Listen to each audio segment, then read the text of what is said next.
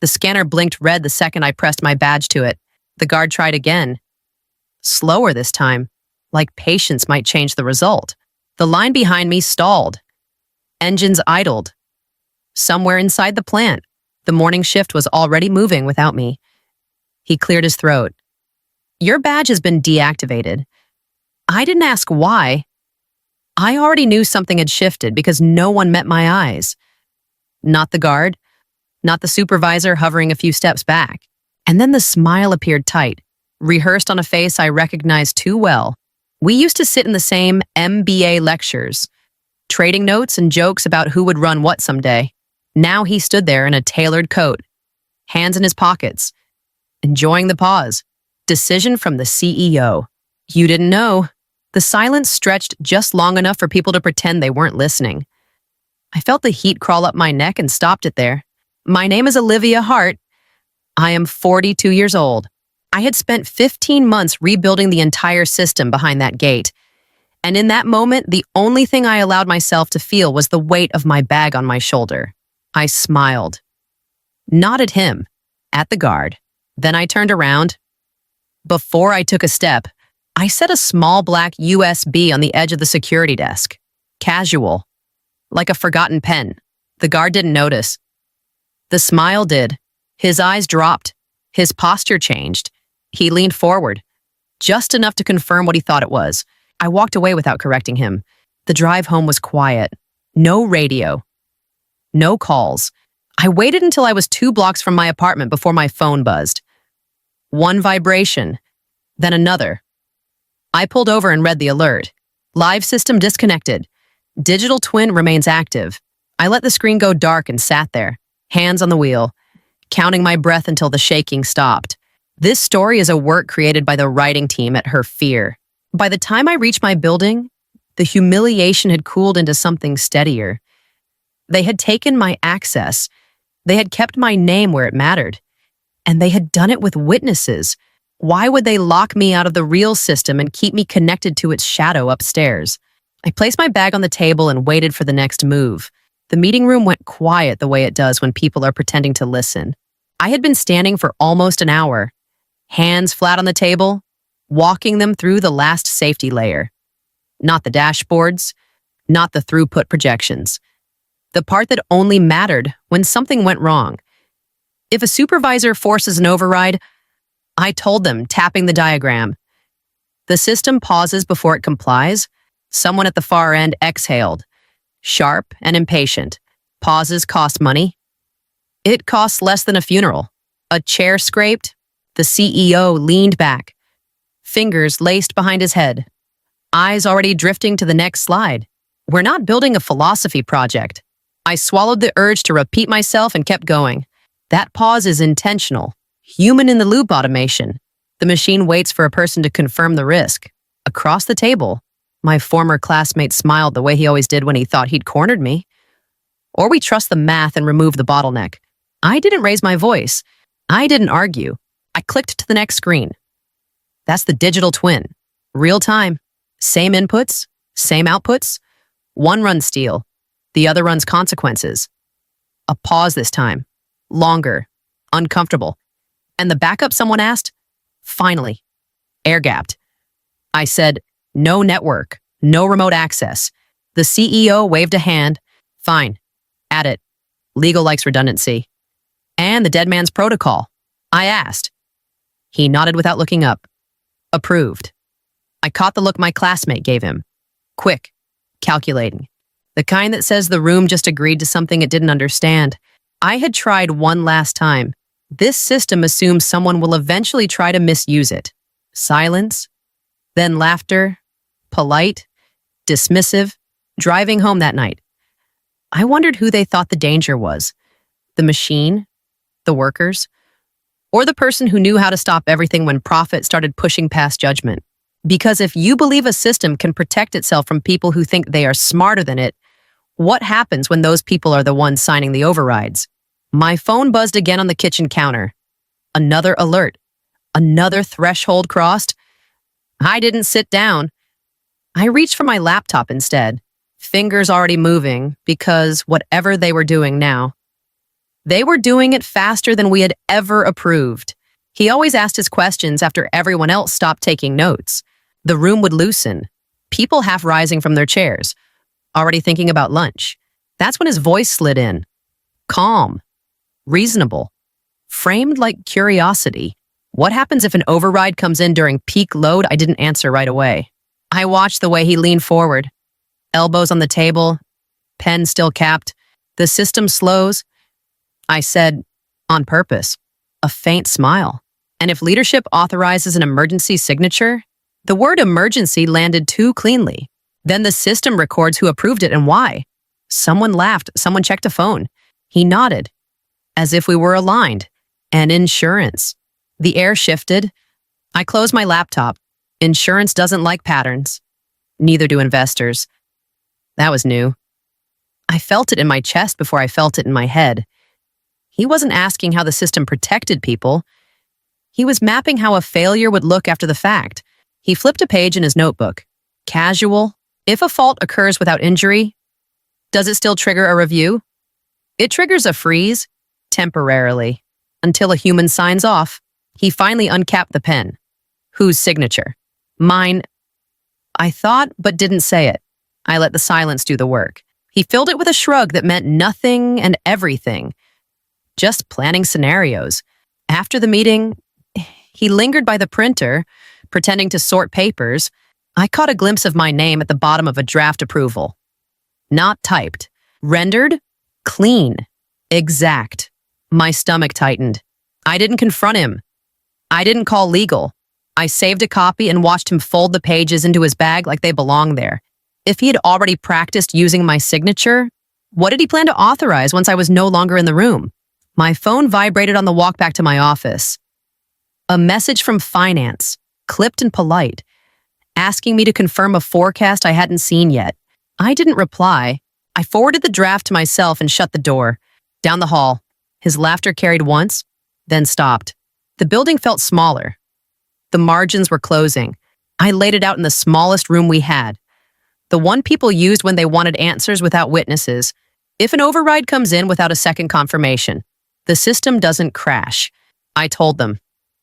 It freezes. A scoff from the end of the table. Freezes how no alarms, no lights, no drama. I kept my hand still. It stops responding. The CFO tapped the screen with his knuckle. Numbers kept rolling. Green, confident. Looks responsive to me. That's the digital twin. A pause. Someone shifted, meaning the dashboards don't belong to the machines. I said, they belong to the mirror. Another scoff. Louder this time. So you're saying production could be down and we wouldn't know you'd know?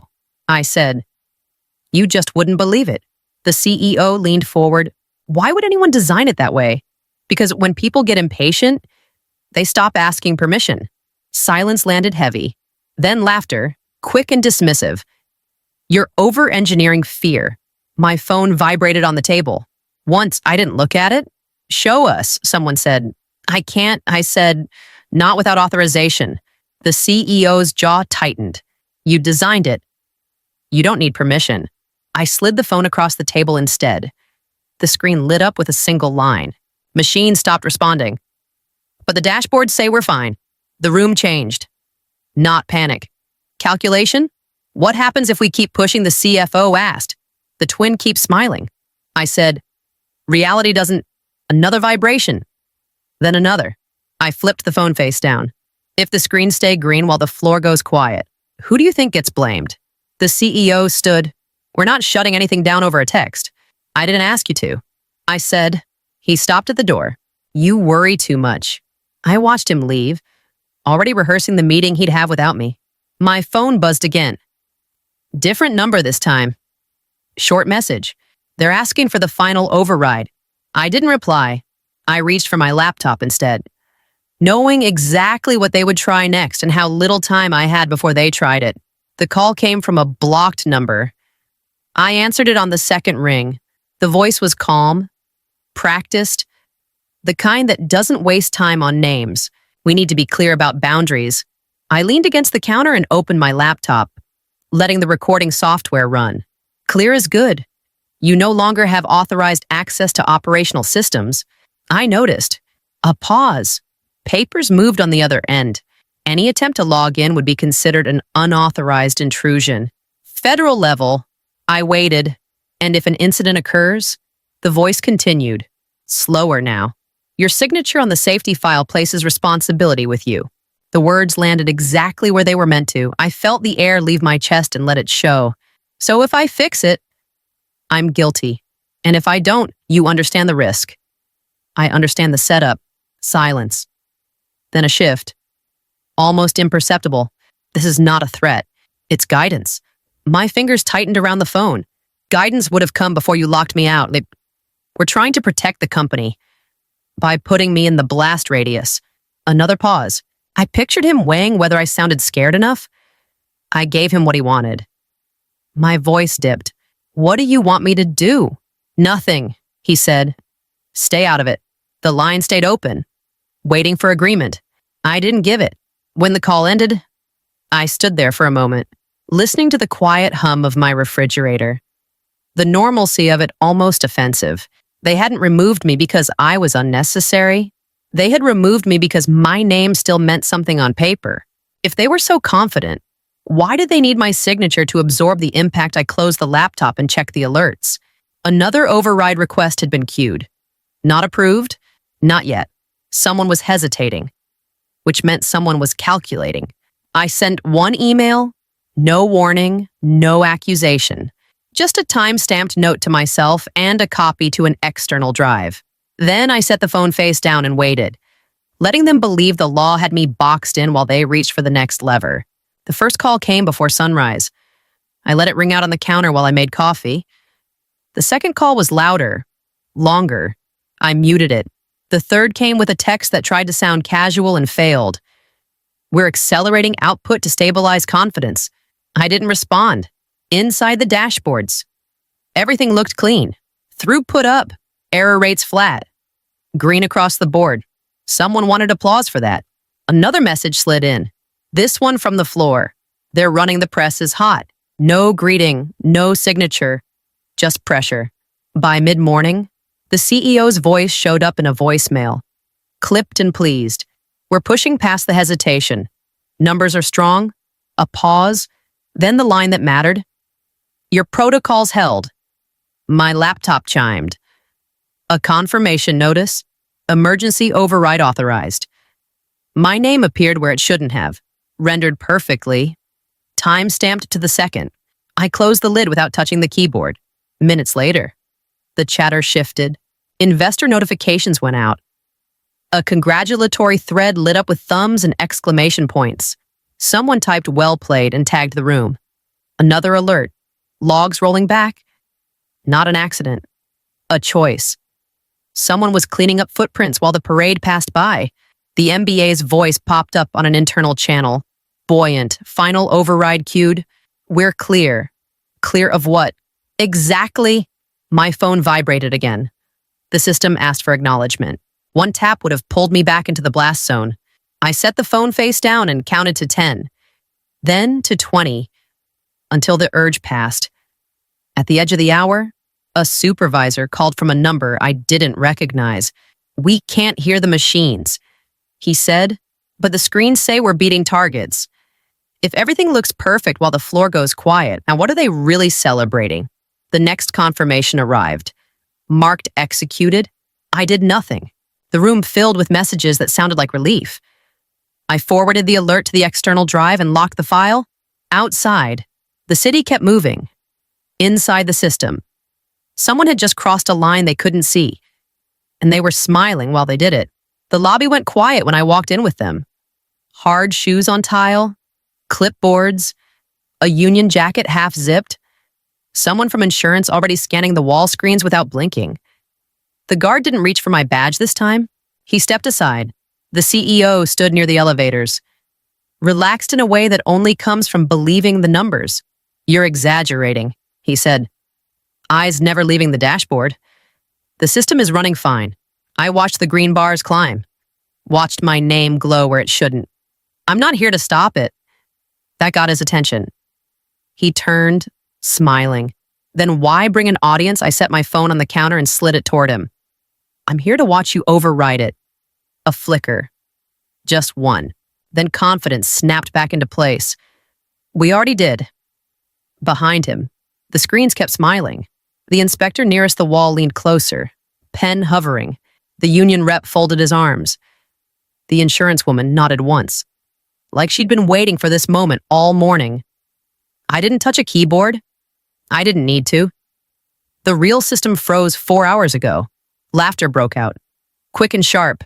That's impossible. Check the air gap. Silence. Fingers moved.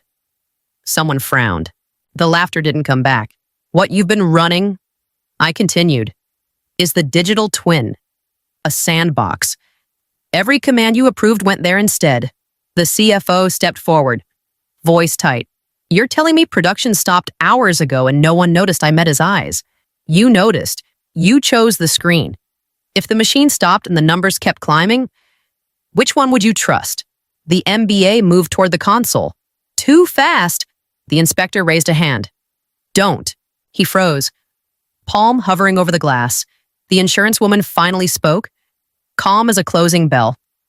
Every override is signed, time-stamped, clean.